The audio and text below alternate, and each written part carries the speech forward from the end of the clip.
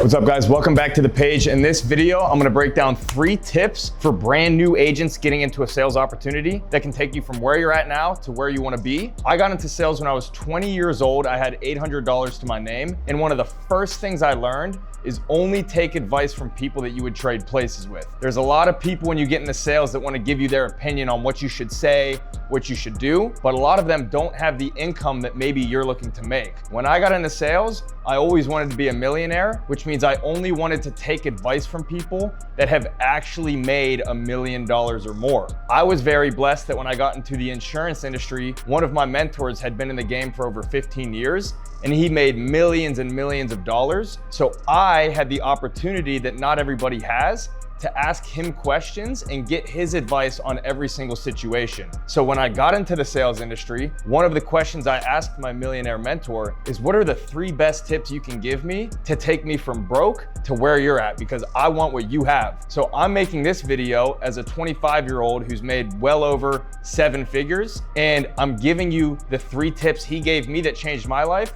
So now I'm gonna give them to you to hopefully change your life in sales as well. So the first tip on how to max out your success in sales actually has nothing to do with sales at all. You can use this tip when it comes to sales, but you can use this tip for anything in life. And it's keep God first in everything that you do. And the way I do that in sales is there's a Bible verse that says, whatever you ask for in prayer, if you believe you will receive, then it shall be yours. And there's another Bible verse that says, you have not because you ask not. So when I got into sales, I was like, I wanna make $1 million. So the first thing I did is I started praying for it every single day. Dear God, please bless me with the ability and the resources and the connections to make $1 million in sales. And I believe through constantly asking and constantly knocking on the door and asking God for it and believing in my heart that He would make it happen, that's the most important thing I ever did. That's more important than what you say, how many calls you make. It's keeping God first in everything that you do. So ask God and you will receive. The way you can implement that into sales when you're a brand new agent, this is what I did, is I would say, God, I know a lot of people have opinions on sales. They say it's hard. They say it's not easy to get off to a good start, but I'm asking you, please help me crush it my first month. Please help me be the top sales rep that's a rookie in this company. Please help me make this many sales for the week. Please bless me with the ability to close this many people. And I believe through asking and believing that it will happen, God's gonna make it happen for you. He's gonna give you the words to say. He's gonna line people up. You're gonna speak to the perfect person that's gonna wanna buy what you're selling. And it's all because you keep God first. So that's first and foremost, is keep God first. The second most important tip is to control your emotions. My mentor taught me you never wanna get too high and you never wanna get too low. So the way that looks in sales is if you make a sale, it's not good to be over the top excited, ready to go spend all your commissions. But on the flip side, if you get told no a couple times, you don't want to be down in the dumps, like depressed with a rotten attitude. You always want to be even keel. So something I've done since I was brand new and something I teach the agents on our team is no matter what, stay even keel. Don't get too high, don't get too low. But there's a specific intentional way that you do that. You can't just mentally stay even keel. There's got to be a strategy on how you can stay even keel. And the way that you do that in any sales industry is you put the pressure on the system and you put the pressure on the numbers instead of putting the pressure on yourself. So the way that looks in sales is, number 1, you have to know the average numbers for your industry. So if you're in door to door, how many doors do you have to knock on before someone's interested in letting you in their house? And how many houses do you have to get in before someone buys your product? It's an average numbers game. For us, we do virtual sales. So it's not about knocking on doors. It's about how many calls do you have to make. And once you know the numbers, it takes the pressure off you and you can put the pressure on the numbers. So in this video, I'm gonna break down how the numbers work for our industry. But if you're not on our team specifically, my advice to you is go to the leader of your team or the leader of the company and ask for a breakdown of the company's average numbers. Most good companies track their data, so they should be able to tell you the average numbers it takes to make a sale. But here it is for us. The average sale, so when you sell someone life insurance on our team, is gonna get you paid $500. The close ratio is 1 out of 3. Now, when I was new in sales, I'm like, what the heck is a close ratio? So for us, we present to clients on Zoom and we read a script word for word. So what a close ratio is, 1 out of 3 means if you get 3 people on Zoom and you read our script word for word to 3 families on Zoom, 1 of them's gonna buy. So that's what 1 out of 3 close ratio means, actually presenting your product to 3 people.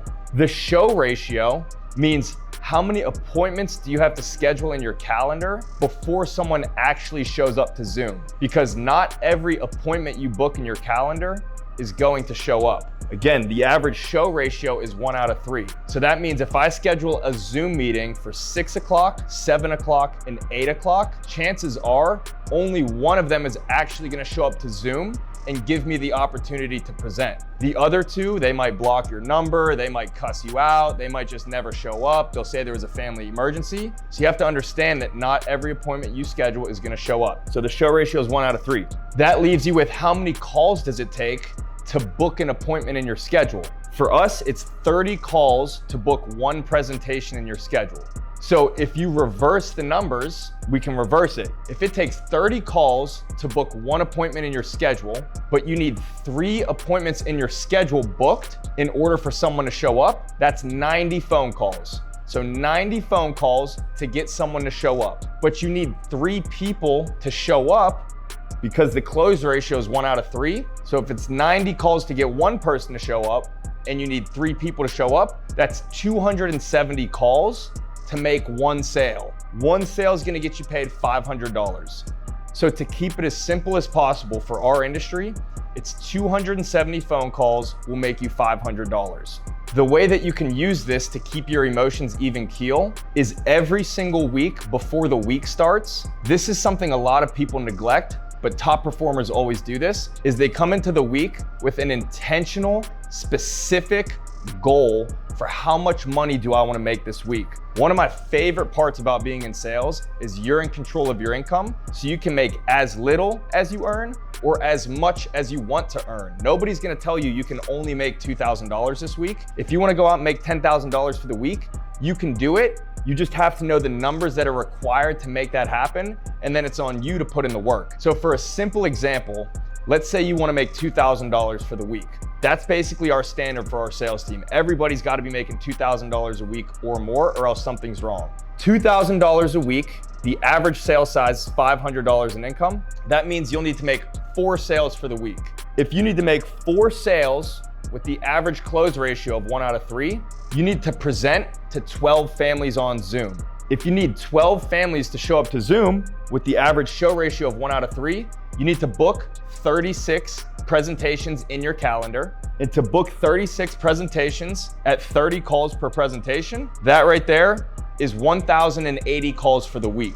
Now, the way that you can use this to keep your emotions under control is heading into the week, you already know I need to make 1,080 calls. I need to schedule 36 appointments. 12 of them are gonna show up. And when 12 people show up and you read the script, 4 of them are gonna buy, that'll get you paid $2,000. So you have your numbers already set before the week starts. You do this on Sunday, so when you come into Monday, you already know what you need to tackle. The next important tip is before the week starts, you need to decide how many days do I wanna work this week? You can't just decide that based off how you're feeling as the week's going. You need to decide before the week starts, this is how many days I'm gonna work. As a new sales rep, I would recommend at least 6 days. So let's say you're gonna work Monday through Saturday. Once you decide you're gonna work 6 days, you take your weekly goal and you divide it by 6 days. So if you need to make 1,080 calls for the week, divided by 6, that's 180 phone calls per day. If you need 36 appointments booked for the week, divided by 6, that's 6 appointments in your schedule for the day. And with the average show ratio of 1 out of 3, if you have 6 appointments booked for the day, you only need to present and meet with 2 people on Zoom. So heading into the week, you know you wanna make $2,000, and to do that, you already know the numbers it's required. You've decided you wanna work 6 days. Now you know what needs to be done every single day.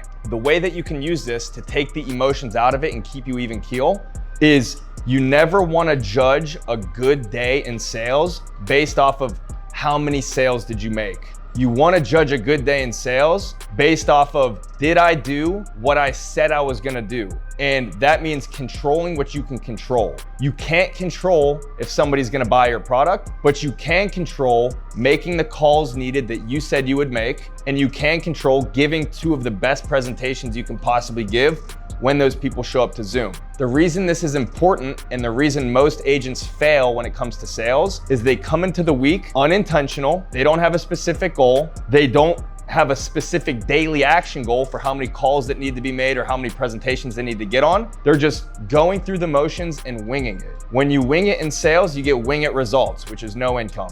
But the reason this makes people crumble is because if you don't know exactly how many calls you need to make and exactly how many presentations you need to give to hit your goal, for the example I gave, 180 calls with 6 appointments booked and only 2 of them showing up, that doesn't even give you the opportunity to make a sale because you already know you need 3 presentations to make a sale. So if you're only giving 2 presentations day 1, you already know you shouldn't even really expect a sale because you got to get to 3 presentations before you can make a sale. So you know after day 1, you're just this much closer to getting to that 3rd presentation where you're going to make a sale. Where people fold is, again, they're unintentional.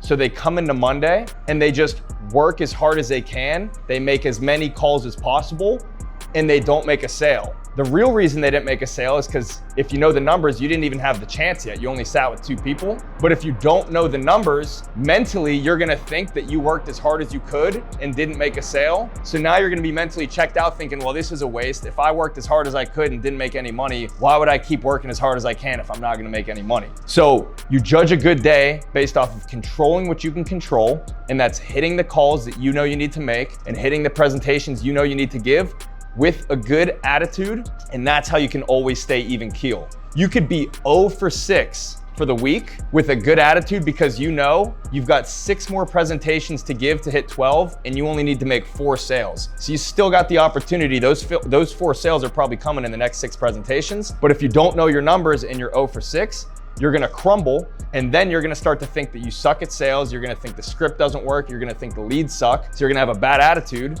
And then when you have a bad attitude, you're not gonna be able to make the sales for those next 6 presentations because the sales only come when you have a good attitude. It's like this, in baseball, the average batting average for somebody in the Hall of Fame is like 300, which means if they go up to bat 10 times, they're only gonna hit the ball 3 times. Yet that's good enough to get them paid millions of dollars and get them into the Hall of Fame. Here's the catch though. They don't go up to bat mentally thinking, I suck at baseball, I'm not gonna hit this, and they give a pity swing. They go up to bat thinking, I'm good at baseball, I'm one of the best ever. I know my hit's coming soon because I'm gonna hit it 3 out of 10 times. That's a good thing. That means my hit's coming soon. And even if I don't hit it, that's a good thing because that means I'm that much closer to hitting the ball the next time. So that's how you have to mentally think when you're in sales. And the last thing, tip number 3, is you have to treat your first 100 presentations like a sports season. What do I mean by that? So when I was younger, if I ever started a sport, my parents would tell me, look, you don't have to keep playing this sport for the rest of your life, but once you start the season, you cannot quit until the season's over. Even if you don't like it, even if it's not what you thought it was, once you start, you cannot quit until the season's over. Once the season's over, if you didn't like it, okay, you don't have to do it again next year, but you'll never quit in the middle of the season. For sales, you have to treat your first 100 presentations, whatever you're selling, like your season.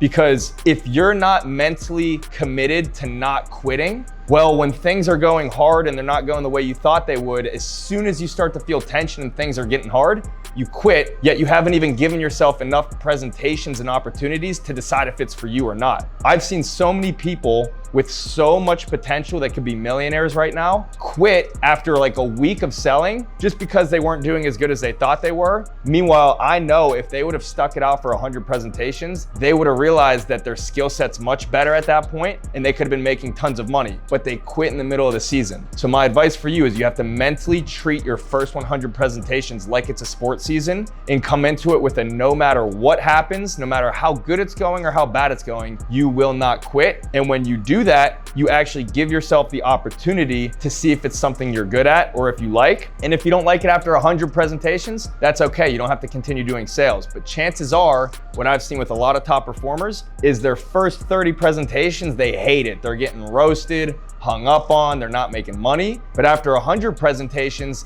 They love it. Their skill set's on point. They're making a ton of money. Here's the thing though, if they would have quit when things were hard, they would never be making the money they're making now. There's actually a kid on our team right now. His name's Ellis Fiola. He holds the sales record for most personal sales made in a month. He did 101,000 in personal sales in a month just last year. I think his income off his personal sales that month alone was like $80,000. But the thing with Ellis is this, his first 7 months on our team, he never made more than $1,000 a week. So imagine if he would have quit during the process when he was building his skill set and quit during his season, AKA his first 100 presentations, he would have never been able to make $80,000 a month, because if you quit when it's hard, you're gonna go back to doing something that's easy, like a 9 to 5. And when you do something that's easy, they're not gonna pay you good. But when you do something that's hard and you become good at it, that's when the companies pay you good. So Ellis stuck it out 7 months, never making more than $1,000, but eventually something clicked and he realized maybe it was one tweak in his presentation or one tweak in his mindset that was off. And once it clicked, he started crushing it, and now he made $80,000 a month. Every single month he makes a ton of money,